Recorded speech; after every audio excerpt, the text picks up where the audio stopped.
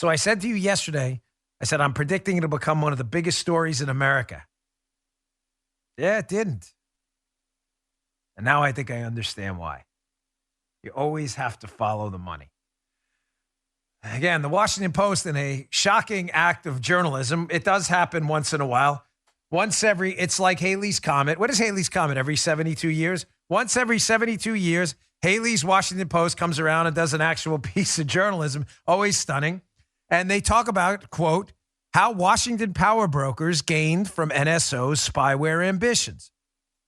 It says the surveillance giant, NSO is a company that built Pegasus, NSO's failed to build a big business in the U.S., thank God, but an influential network of consultants, lawyers, and lobbyists still made money representing the company. Drew Harwell, Washington Post. I rarely put Washington Post stories in my show notes, but this story is worth reading if the journalism is accurate. Listen, I can't stand the Washington Post, but unlike them, I don't discriminate against facts. If this story's fact-based, it's a good one, and it explains exactly why all of America right now isn't talking about this Pegasus program, which could be on phones, and people don't even know about it. By the way, how do we know this technology is not going to be hijacked, as Guy said yesterday, by some foreign regime and put on a phone or the BlackBerry of, Trump or Obama? Obama never even got rid of it. But how do you know that? I mean, how do you know that stuff? Granted, they're all out of office, but we don't know that. Once the technology's out there, that's the whole idea. That's the whole idea about an idea that makes it harder to control. It's an idea. You don't have to touch it to spread it. Once you have an idea, that's why, by the way, not to get off topic, but that's why communism never works. You may control the means of production, but you can't control the spread of an idea. Once this technology spreads, you don't know who has it. From the Washington Post piece, it says an influential network of Washington consultants, lawyers, lobbyists, and other prominent personalities have earned money from the company. Oh, there's a stunner, folks. Its parent company or its founders. A Washington Post review of government and company filings shows those beneficiaries include some of the most powerful members of the Obama, Trump, and Biden administrations. Folks, there's no sacred cows here. Keep this up a second. Remember, NSO is the parent company that made Pegasus. It says among those who've received payments from NSO or related companies are former chiefs of Homeland Security and Justice Departments, as well as Washington's most prestigious law and public relations firms, the public filings show. Folks, there's no sacred cows here. Some of the names on this list, people who were being paid by the parent company of Pegasus, apparently to lobby here. Again, this malware that, according to this reporting, can spy on your phone without you knowing, and you don't even have to click on a pernicious link. You just have to be sent a text, and you're finished. I'll play some video in a second from some reporting done. Keep it with a grain of salt. It's from Al Jazeera, but what the guy's saying, from what I read, is reasonably accurate. They're using it for other reasons to attack Israel, but my opinion, by the way. But I'll put that up in a second, how it works, because it's frightening. Some of the names on the list are really scary. Now, not to keep bringing up my former line of work, but when I left the Secret Service, I was asked by a security company. I was asked to go over to a foreign country and review their personal security profile for their dignitaries. Now, you may say, oh, well, okay, interesting. Why didn't you do it? Well, I didn't do it because one of the countries I was a little bit suspect of, and I was uncomfortable showing even basic security stuff to them. Keep in mind, I would never in 1,000 years consider sharing what we really do behind the scenes, obviously. I mean, that would be treasonous type behavior. The Secret Service is here to protect our dignitaries. But they were asking for just like basic type training, firearms type stuff, basic formations, protection formations, anything you can read online. I didn't do it. And it's interesting because I found out that in order to even do that, the basic stuff, you have to go through this ITAR, this international thing against arms that regulates arms and trade in arms. You have to get ITAR approval to teach that kind of stuff to foreign governments.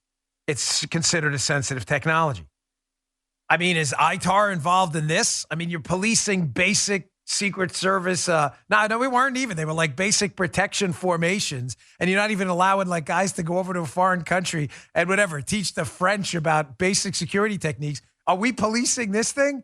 Listen, I'm not a fan of government regulation, but my gosh, I am a libertarian at heart. I don't want my microphone and my phone and my geolocation and my texts and all my passwords and my signal traffic out there for the world to see. This is pretty sensitive technology, no? I'd almost rather see trade in hard weapons before trade in this technology. Getting back to who some of the names on this list are. The network of people paid off. It's another name on there I found particularly frightening. I'll get to in a second, but from the piece. In 2019, after a Saudi dissident filed a lawsuit in Israel accusing NSO of helping surveil Jamal Khashoggi before his death, the company embarked on a VIP spending spree in hopes of cleaning up its reputation, announcing it hired 3 senior advisors to help the company, quote, continue its work to assist governments in fighting serious crime and terrorism. One of the names, Tom Ridge, the United States' first Homeland Security Secretary under George W. Bush. Gerard Eraud, France's former ambassador to the United States. And Juliette Kamen, a Department of Homeland Security official under President Barack Obama. I want to note in the interest of openness that Lieutenant General Mike Flynn was on this list too, according to the Washington Post reporting. Folks, listen, they apparently this company did its homework. According to this reporting, throwing money out there, seeding it across the aisle to make sure they could clean up and burnish their reputation. Listen, this company is free to do what the technology. I love technology companies. I'm not attacking this company personally. I'm simply suggesting that this is a very dangerous technology. Everybody should understand that. I'm not a fan of government regulation, but the idea that a technology could get out there and be sold to enemies of the United States or people in the United States to stalk and track you for blackmail purposes or whatever is really disturbing. And I would say that about my political enemies in the press too. I don't want them being watched via a surveillance program, and I certainly don't want the press being watched either. It's a serious story. Now listen, this is from Al Jazeera, so take this with a huge grain of salt. But I did my homework before I cut. It's about a minute-long clip about how this is initially, when this technology was invented, you had to click on a malicious link. In other words, hey, sign up here, boom, click, and your phone's infected. According to this reporting, which from everything I've read, this reporting is accurate, the technology now is 0 click, meaning all you have to do is receive a text. This is really disturbing. Check this out. Originally, when we started studying Pegasus in 2016, a target would have to click on a link sent via SMS in order to facilitate the infection of the phone. If you didn't click on the link, the phone wouldn't get infected and wouldn't be able to be monitored. But around 2017 or 2018, NSO Group appears to have released a major update to the Pegasus system, which allows governments to hack into phones with a so-called 0-click technique. This means the target does not need to click on anything. They don't need to take any action. Their phone could be sitting on a table. 1 minute, it's fine. The next minute, it's hacked. And once it's hacked, the government can access everything on the phone. They can get messages. They can turn on the microphone and listen into conversations happening near the telephone. They can take pictures through the camera. They can take passwords, contacts, track GPS location. Basically anything you can do as the owner of the phone, or you can see, the operator of the spyware can do or see. You know, this is insane. I really have to almost recommend to people. It's crazy that everybody go out there and get like burner phones. This is nuts. This is nuts. I'm not suggesting you're all being spied on with this Pegasus or even a fraction of you. That's not what I'm suggesting. I'm simply suggesting the technology is there to do it now. Unless everybody here is lying, this consortium of media folks, which they've done in the past, but I have no reason to believe they are here, the technology's there right now to spy on you in a way not even possible with direct personal surveillance. Think about it. When we used to watch people with surveillance teams, criminals, you don't hear what they're saying. You watch them. Hey, guy went to a bar. You take surveillance notes. Guy left the bar. Guy went to the bank. Maybe he scoped it. You don't know what they're talking about.